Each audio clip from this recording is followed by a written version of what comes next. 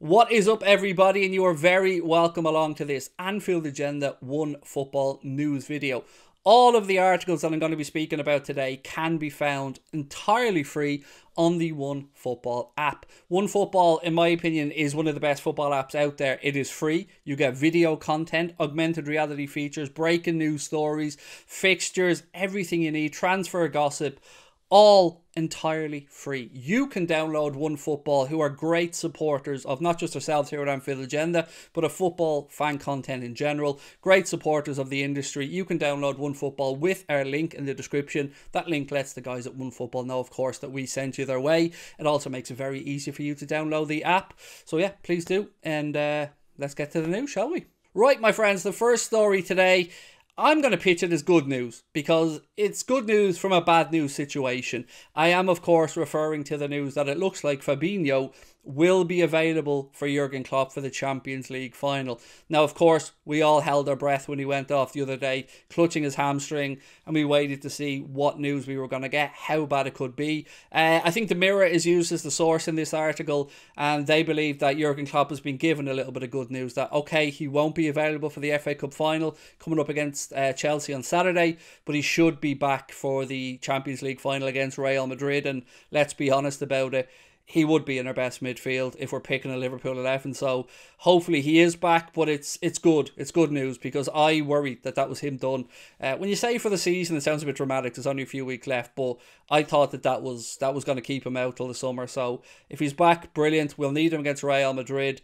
And yeah, that's story number one. And don't forget, anything that I speak about, I'd love to know your thoughts about it in the comment section below. And of course, don't forget to drop a like on the video. Right, the good news stories just keep on coming, and this confirms something that I broke, and I am giving myself credit on this one. I broke the story about Liverpool signing Fabio Carvalho, or at least about to sign Fabio Carvalho, way back in January. But Fabrizio Romano has been able to give us confirmation of when that deal is going to happen. Of course, it will be in the summer. Fabrizio Romano has said that he will become a Liverpool player. Brilliant. I'm all for it. I think he's a great signing to the squad. From what I can gauge, and it's very difficult to know what goes through Jurgen Klopp's minds with specific players. You know, we all thought Harvey Elliott was going to be an attacking wide player, but Klopp then tried to utilise him in midfield and worked quite well. So instinctively, I want to say to you that Fabio Carvalho will be probably a false nine or a Bobby Firmino-esque type of player at Liverpool. But I tell you what I am certain about, he's going to be a great signing. The figures are irrelevant to me. I don't care as long as he comes into Liverpool. The interesting part about this whole story for me has been, it was actually in Fulham's interest for him to stay and go to an English or Premier League club because they would receive a lot more compensation than they would have if he, say, decided to go and play for Bayern Munich or a club in Portugal or Spain or elsewhere, because, of course, they would be due compensation for his training and his footballing education.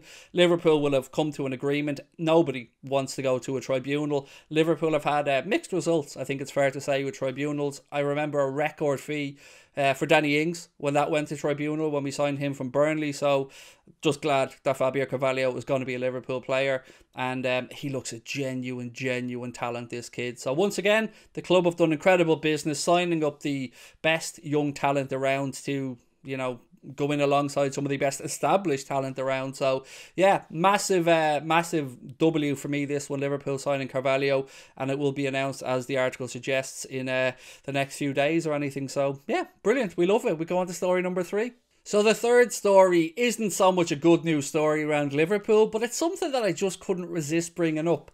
So Pep Guardiola, and God bless him, we are so rent-free inside Mr. Guardiola's head, but Pep Guardiola has been spouting on about Liverpool in the 70s and 80s and sure, the money that they were spending, and trying to somehow equate this to the riches that Manchester City have had bestowed upon them.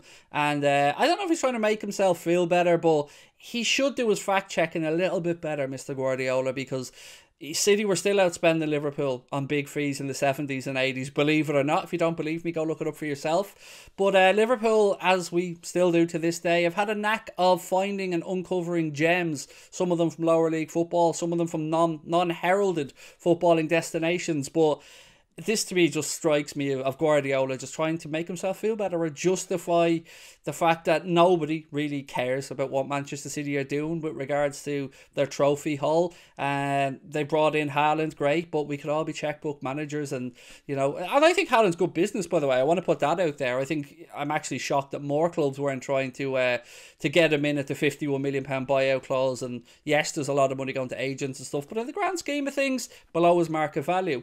But I don't know who Guardiola's trying to kid. It just comes across as really salty, and this coming from me, Mr. Salty at times. But Liverpool live rent free. I think that's what the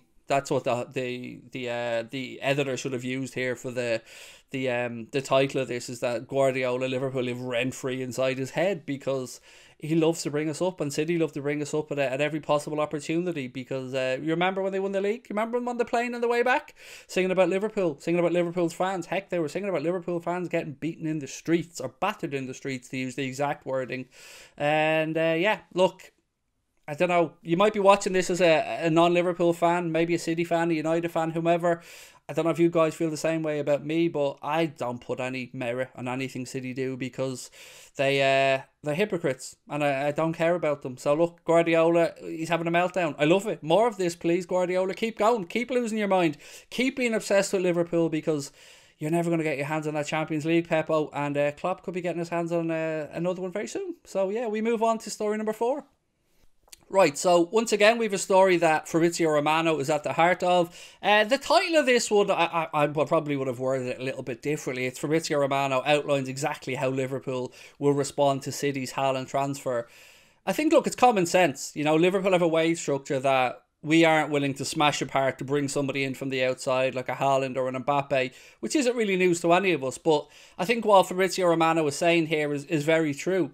Liverpool will look to be smart, will look to be clever. I think the signings we've made recently, Luis Diaz, again, already looks like an absolute snip. And Liverpool will continue to do that in the transfer market. Look for some unheralded signings, maybe some value that's been missed there by other clubs, and try to capitalise on it and turn them into superstars, which is, let's be honest, what Liverpool have had a great knack of doing over the years. So, players come, players go, but we always seem to find a way as a club to unearth some new superstars, be they Sadio Mane, Mohamed Salah, Luis Diaz, Bobby Firmino. So yeah, again, I think it'll be more of the same. Common sense piece here that just says Liverpool aren't going to smash the wage structure, and I don't think we should either. If we are going to break it, I've always been a bit calmer about breaking it for a Salah or a Mane or a Van Dijk, or somebody who's already come to the club and proved themselves. I know people view these things in different ways, and some people think Liverpool may need to move with the times and that the wage structure could be a bit outdated. But I would say to you right now is, we've got one trophy in the bank. We've got 2 more finals to go. The club are doing things all right now, and I'm pretty happy with our squad. A couple of little additions and we won't be a million miles off. So yeah, look, we can concentrate on what others are doing, but I do think this is a common sense piece that says Liverpool will stick to what they've been good at, which is looking for value and trying to unearth the next superstar. So the last story I wanted to bring up is a bit of a good news one, or at least a forward-looking one, and that is Virgil van Dijk speaking about the importance of why Liverpool need to win the FA Cup final against Chelsea on Saturday. Not just the fact that it's a big trophy, and there is a big trophy. Not just the fact that, we need to keep the momentum going ahead of a busy end to the season. There's also the added little incentive that this will complete the full complement of medals for the players, many of whom have won everything now with the League Cup, but the FA Cup. So be nice to think that when Kloppo and the lads finish up that they'd have that full complement. But more than anything, we do need to keep that momentum going. This is Chelsea's season right here. They've been knocked out of the Champions League. They're going to finish in the Champions League places in the league, but they're not going to challenge for the top spot right now. They're too far off mathematically. So this is it for them. This is their final. They've had a good season, obviously. They've come off the back of winning the Champions League. They've won the Club World Cup. They've had a bit of turmoil throughout their club, and they will want to come out of this season with a trophy. So I'm expecting this to be a very close affair, much like the League Cup final. I do think that we will come out on the right side of it, but then again, why wouldn't I say that? I'm sure Chelsea fans will feel the very same way about their team. But it's good to hear Virg just, galvanise the troops and speak about why they want to win it, why they need to win it. And for me, look, if you can win this psychologically, it really will help the lads out in preparing for the Champions League final against Real Madrid in Paris at the end of May, and I just smile just even thinking about that, because yeah, Kloppo's third Champions League final in 5 years now with Liverpool. So yeah, bring it on, and hopefully we do start the trophy haul with our second one of the season by beating Chelsea in the FA Cup final on Saturday. But I do think it'll be a very difficult game, and let me know your thoughts on either the FA Cup final or anything that I've spoken about in this video. Again, thank you to OneFootball, without whom we wouldn't be here making it. You can download OneFootball entirely free from the link in the description below. That'll let the guys at OneFootball know that we sent you, but it will also make it easier for you to make sure that you're on the right. If you're an iOS user, or if you're an Android user, make sure that you've got the right tools at your disposal to download it. I probably waffled on a little bit too long here, so I do apologise. But once again, thank you to OneFootball. It's the bastion. It's the bastion of all football knowledge for me. You get everything you need on their league tables, fixtures, augmented reality, breaking news stories, transfer gossip, whatever you need. They've got you covered. And again, all the articles we've spoken about tonight have come from the OneFootball app. So I'll talk to you guys really soon. Take care, drop a like on the video, and I will talk to you soon. All the best. Bye bye.